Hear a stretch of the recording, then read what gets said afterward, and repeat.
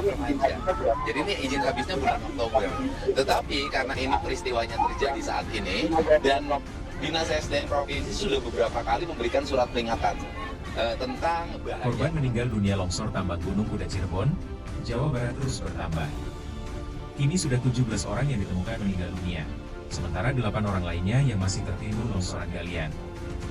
Gubernur Jawa Barat, Deddy Mulyadi pun mengambil keputusan mencabut izin tambang perusahaan tersebut. Gubernur Jawa Barat Deddy Mulyadi menyoroti fungsi perhutani imbas longsornya kawasan hutan Gunung Kuda di Cirebon.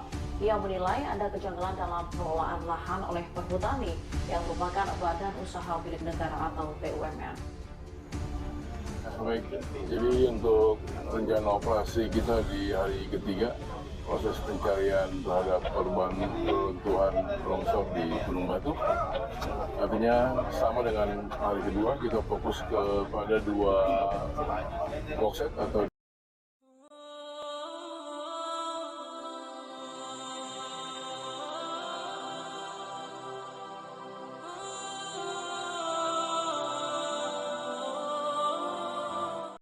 tentang bahaya pengelolaan tambang ini.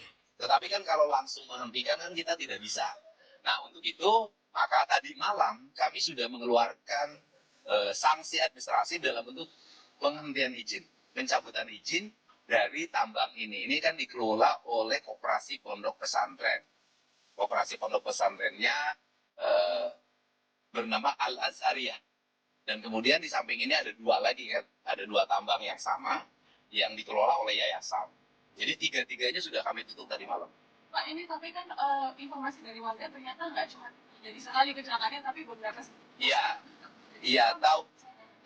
Izinnya kan tahun 2020 saya belum jadi gubernur, Mbak. Artinya dari pihak Pemprov sendiri apa keterangan yang disampaikan dari Pemprov?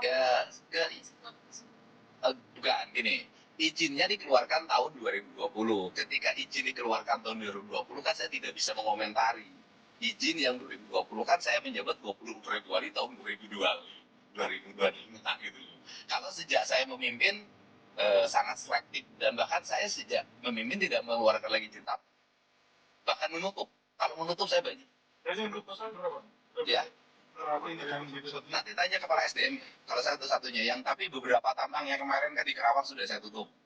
Terus kemudian kemarin di Subang sudah banyak yang saya tutup. Di kemarin juga penambangan emas yang memiliki pengusaha WNA Korea Selatan saya tutup juga. Nah kemudian juga kita sudah menutup hampir ratusan tambang ilegal. Dan akan kita konsisten terus kita laksanakan penutupan di berbagai tempat dan Pak Kapoldanya relatif tegas. Seminggu yang lalu kita tutup tambang yang ada di Tasik. Dan mungkin dalam waktu dekat kita lagi memproses pidana penambangan di Tasik. Jadi sudah banyak langkah yang kita lakukan dan peristiwa ini peringatannya menurut keterangan kepala SDM ini juga baru kan sudah berapa kali diingatkan oleh Pemprov Jabar. Pak, sedikit ini kan korban mungkin saja ini kepala keluarga. Ya. Banyak keluarga yang terdampak. Oke. Yang pertama bahwa korban ini bukan hanya pegawai, tetapi ada pedagang asongan kayak barusan punya anak 3. Terus kemudian juga ada mungkin sopir, mungkin kernet. Maka keluarga-keluarga yang ditinggalkan karena peristiwa musibah ini kami menanggung biaya hidup untuk anak-anaknya. Kemudian juga kami sudah menyiapkan santunan untuk keluarganya. Tetapi juga saya meminta pada pengelola tambang untuk segera melakukan langkah-langkah penanganan sosial terhadap mereka yang jadi korban. Kan tambang di sini untungnya sudah banyak. Kan harus ada sikap untuk memberikan bantuan dan tanggung jawab terhadap korban. Korban meninggal dunia longsor tambang Gunung Kuda Cirebon, Jawa Barat terus bertambah. Ini sudah 17 orang yang ditemukan meninggal dunia, sementara 8 orang lainnya yang masih tertimbun longsoran galian. Gubernur Jawa Barat, Deddy Mulyadi pun mengambil keputusan mencabut izin tambang perusahaan tersebut. Kepolisian menetapkan 2 orang tersangka dalam kasus longsor galian tambang di Gunung Kuda, Cipanas, Cirebon, Jawa Barat. 2 orang sudah ditetapkan tersangka, pemilik tambang dan kepala teknik tambang, kata Kapolresta Cirebon, Kombes Pol Sumarni dikutip dari Tribun Cirebon, Minggu, 1 Juni 2025. Kedua tersangka tersebut sudah ditahan. Polisi menerapkan pasal-pasal pidana dalam penanganan kasus ini, termasuk Undang-Undang Perlindungan dan Pengelolaan Lingkungan Hidup dengan ancaman hukuman maksimal 15 tahun penjara. Selain itu, pasal-pasal lainnya yang dikenakan adalah Undang-Undang Keselamatan Kerja, Undang-Undang Perlindungan Kerja, Undang-Undang Minerba, serta pasal 359 KUHP tentang kelalaian yang menyebabkan orang lain meninggal dunia. Menurut Sumarni, penyidik masih terus melakukan pemeriksaan untuk melengkapi berkas perkara. Pihak kepolisian terus mendalami penyebab longsor tersebut, termasuk kemungkinan adanya kelalaian atau prosedur yang menyebabkan jatuhnya korban jiwa.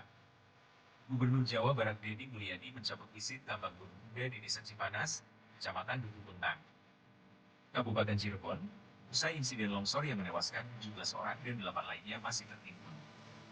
Pencabutan izin tambang ini disampaikan langsung oleh Deddy Mulyadi saat mengunjungi lokasi bencana pada Sabtu, 31 Mei 2025. Deddy Mulyadi menyatakan pencabutan izin dilakukan menyusul buruknya standar keselamatan tambang dan peringatan yang diabaikan oleh pengelola. Jadi, 3 tahun yang lalu sudah saya ingatkan, ujar Deddy Mulyadi kepada wartawan. Gubernur Deddy Mulyadi menyebut tambang yang dikelola oleh Koperasi Pondok Pesantren Al Azhariyah ini sudah beberapa kali mendapat surat peringatan dari Dinas ESDM Provinsi Jawa Barat. Namun, tidak ada perbaikan berarti. Selain tambang milik Al Azhariyah, 2 tambang lain di kawasan yang dikelola oleh yayasan juga turut dicabut izinnya. Deddy menjelaskan bahwa moratorium izin tambang telah diterapkan sejak awal masa jabatannya sebagai gubernur pada 20 Februari 2025. Kebijakan tersebut diberlakukan terhadap tambang-tambang yang berpotensi merusak lingkungan dan tidak memenuhi standar keselamatan kerja. Moratorium sejak saya menjabat. Izin yang habis tidak kita perpanjang. Kalau sejak saya memimpin, sangat selektif dan bahkan tidak mengeluarkan lagi izin tambang. Bahkan menutup, kalau menutup, saya banyak, jelas dia. Ia juga menyinggung bahwa izin tambang gunung muda sebenarnya baru akan habis pada Oktober 2025. Namun karena insiden polisian menetapkan 2 orang tersangka dalam kasus longsor galian tambang di Gunung Muda, Cipanas, Cirebon, Jawa Barat. 2 orang sudah ditetapkan tersangka, pemilik tambang dan kepala teknik tambang, kata Kapolresta Cirebon, Kombes Pol Sumarni dikutip dari Tribun Cirebon, Minggu, 1 Juni 2025. Kedua tersangka tersebut sudah ditahan. Polisi menerapkan pasal-pasal pidana dalam penanganan kasus ini, termasuk Undang-Undang Perlindungan dan Pengelolaan Lingkungan Hidup dengan ancaman hukuman maksimal 15 tahun penjara. Selain itu, pasal-pasal lainnya yang dikenakan adalah Undang-Undang Keselamatan Kerja, Undang-Undang Perlindungan Kerja, Undang-Undang Minerba, serta pasal 359 KUHP tentang kelalaian yang menyebabkan orang lain meninggal dunia. Menurut Sumardi, penyidik masih terus melakukan pemeriksaan untuk melengkapi berkas perkara. Pihak kepolisian terus mendalami penyebab longsor tersebut, termasuk kemungkinan adanya kelalaian atau prosedur yang menyebabkan jatuhnya korban jiwa. Gubernur Jawa Barat Deddy Mulyadi mencabut izin tambang gunung muda di Desa Cipanas, Kecamatan Duku Puntang.